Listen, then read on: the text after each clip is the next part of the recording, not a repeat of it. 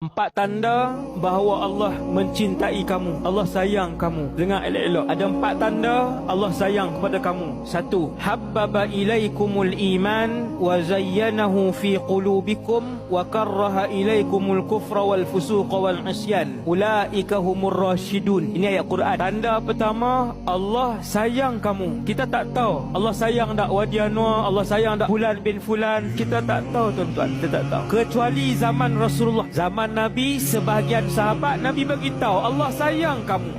Nabi beritahu. Nabi pernah beritahu, esok aku akan bagi panji, ketua panji perang kepada satu orang. Allah sayang dia, Rasulullah sayang dia. Dia sayang Allah, dia sayang Rasulullah. Syurga rindu, bukan tepi jalan, bukan disko rindu dia, bukan kedai mamak rindu dia. Syurga merindui empat orang. Okey, nombor satu, tanda Allah sayang kamu ialah ayat Quran ni, iaitu Allah jadikan kamu orang yang suka kebaikan dan ibadat. Walaupun ketika ini, malam ini, kebaikan dan ibadat kamu tidaklah 24 jam, tapi kamu suka tengok majlis ilmu, kamu suka tengok ulama, kamu suka dengan Islam, kamu semangat bila pertahankan nama Allah. Ini sifat dia. Allah hiaskan hati dia dengan iman. Dia suka dengan iman, dia suka dengan Islam, dia suka dengan ibadat, dia suka dengan kebaikan, dia tenang walaupun tak banyak yang dia buat. Awak ustaz, ada orang suka buat benda tak elok ke? Memang pun zaman hari ni ada orang tenang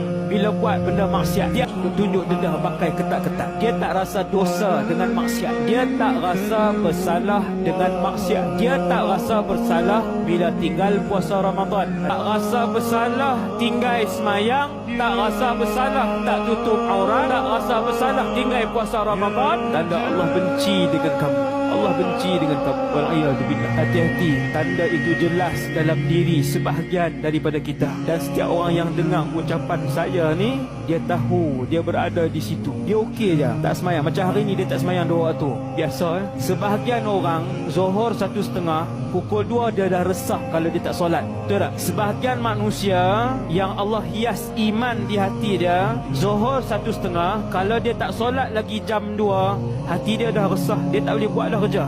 Dia dah tak boleh duduk di meja kerja tu. Dia tak boleh. Dia kena bangun, ambil wudu, dia kena solat. Ini tanda nombor 1. Allah